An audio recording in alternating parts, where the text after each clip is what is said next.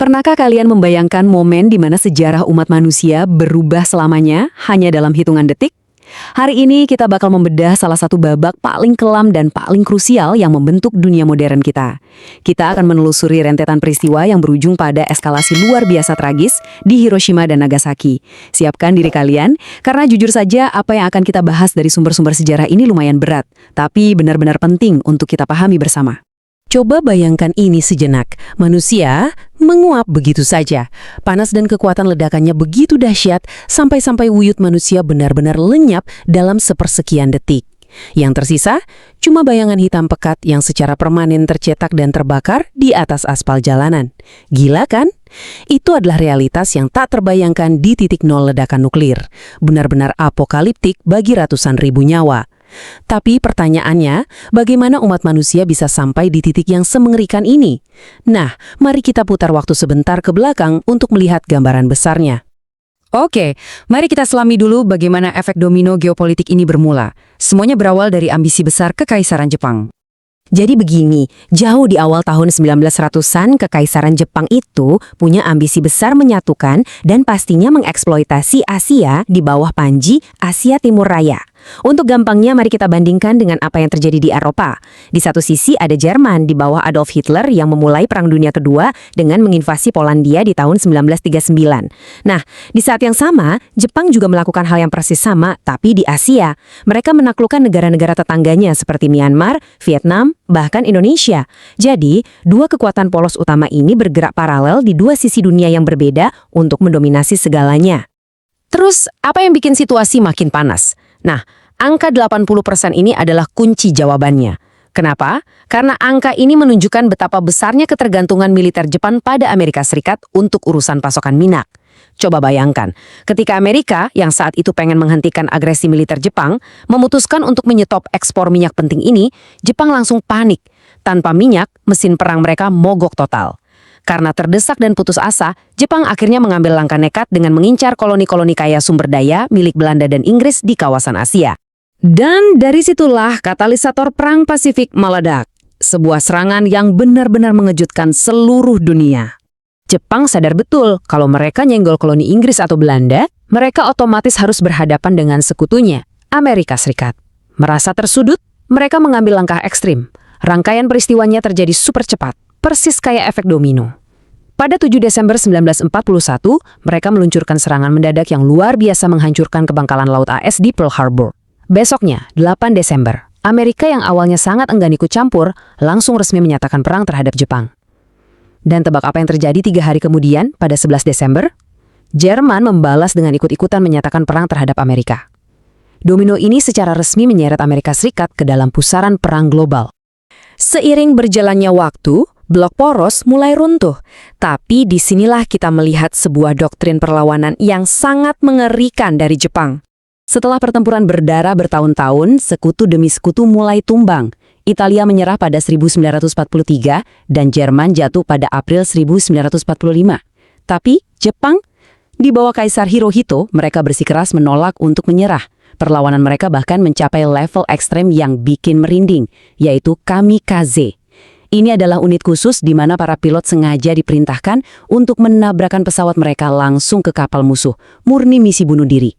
Saking fanatiknya keyakinan ini, sejarah mencatat ada seorang pria yang sempat ditolak masuk program kamikaze karena dia punya anak istri. Tahu apa yang terjadi?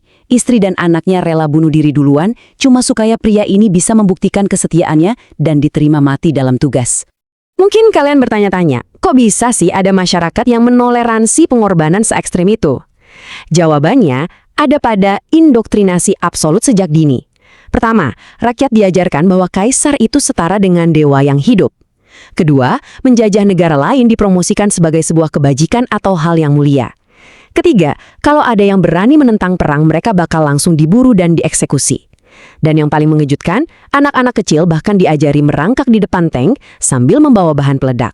Dengan doktrin sekuat ini, kata menyerah secara kultural dan spiritual benar-benar nggak ada dalam kamus mereka. Menghadapi musuh yang sama sekali menolak menyerah, Amerika mulai menghitung opsi militer mereka. Dan disinilah sebuah rahasia besar mulai terungkap. Amerika mulai berhitung secara realistis.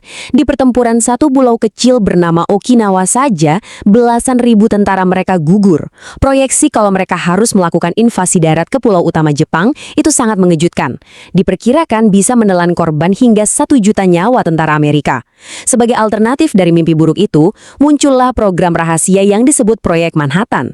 Di New Mexico, Amerika berhasil mengembangkan senjata nuklir yang sukses diuji coba pada 16 Juli 1945 lewat Trinity Test.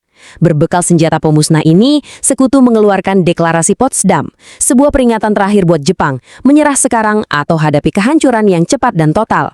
Tapi tragisnya, pemerintah Jepang menganggap itu cuma gertakan kosong dan benar-benar mengabaikan peringatan tersebut. Dan pengabaian itulah yang pada akhirnya mengantarkan kita pada tragedi di mana langit benar-benar seakan runtuh di atas Hiroshima dan Nagasaki. Pada pagi yang cerah di bulan Agustus 1945, segalanya berubah. Yang sangat menarik, sekaligus mengerikan dari dua senjata pembawa kiamat ini adalah spesifikasinya. Bom pertama, yang dijuluki Little Boy, beratnya sekitar 4,3 ton dan menggunakan material uranium-235. Bom ini dijatuhkan pada tanggal 6 Agustus di kota Hiroshima. 3 hari kemudian, bom kedua menyusul di Nagasaki. Namanya Fat Man. Ukurannya lebih besar, berbobot 4,5 ton dan ditenagai oleh plutonium. 2 bom dengan material yang sangat berbeda, tapi membawa tingkat penderitaan yang persis sama ngerinya.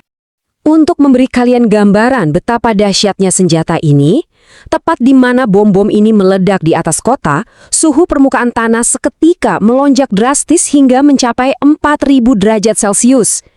Ini bukan angka yang masuk akal. Suhu semengerikan ini menciptakan kilatan cahaya menyilaukan yang seketika membutakan mata banyak orang. Dan panas ekstrem inilah yang memicu penguapan massa umat manusia yang kita bahas di awal tadi. Benar-benar lenyap dalam hitungan detik. Skala tragedinya sangat menyesakkan dada. Diperkirakan 200.000 jiwa melayang akibat pengeboman di 2 kota itu. Tapi, tunggu, horornya nggak berhenti pada ledakan awal. Ratusan ribu penyintas harus menderita seumur hidup. Kulit mereka terkelupas, dan risiko kanker melonjak tajam akibat paparan radiasi. Bahkan, kurang lebih 30 menit setelah ledakan, turunlah hujan hitam. Hujan mematikan di mana setiap tetes airnya membawa debu sangat beracun yang meresap langsung ke tanah dan ke dalam tubuh para korban yang sedang terluka parah. Pada akhirnya, harga yang harus dibayar sungguh tak terbayangkan. Dan inilah yang memaksa sebuah penyerahan tak bersyarat. Dihadapkan pada kehancuran instan bagaikan murka dewa yang menghapus 2 kota besar sekaligus. Ditambah lagi Uni Soviet yang tiba-tiba ikut menyatakan perang, Jepang akhirnya terpojok tak berkutik. Pada 15 Agustus 1945, Kaisar Hirohito mengambil keputusan mutlak untuk menyerah tanpa syarat. Tapi, mari kita perhatikan realitas gelap dari data ini. Dari 200.000 korban tewas tadi, 95% diantaranya adalah murni warga sipil, pria, wanita, dan anak-anak yang sama sekali nggak mengangkat senjata di medan tempur. Hanya 5% yang merupakan personil militer aktif. Fakta ini benar-benar menyayat hati. Tentu saja, sampai detik ini, peristiwa bersejarah ini terus menjadi perdebatan etis yang sangat sengit. Presiden Harry S. Truman, sosok yang memberikan lampu hijau penggunaan bom atom ini, dilaporkan tidak pernah menyesali atau meminta maaf atas tindakannya. Alih-alih begitu, ia memandang keputusan itu sebagai beban yang mengerikan, sebuah tanggung jawab menakutkan yang takdirnya harus ia ambil demi segera mengakhiri perang dunia yang mematikan itu secepat mungkin. Jadi, apa poin krusial yang bisa kita bawa pulang dari pembahasan hari ini? Saat kita merenungkan debu yang mengendap dari puing-puing Hiroshima dan Nagasaki, kita semua dihadapkan pada satu pertanyaan besar. Adakah sesuatu dalam peperangan yang sepadan dengan hilangnya nyawa ratusan ribu umat manusia?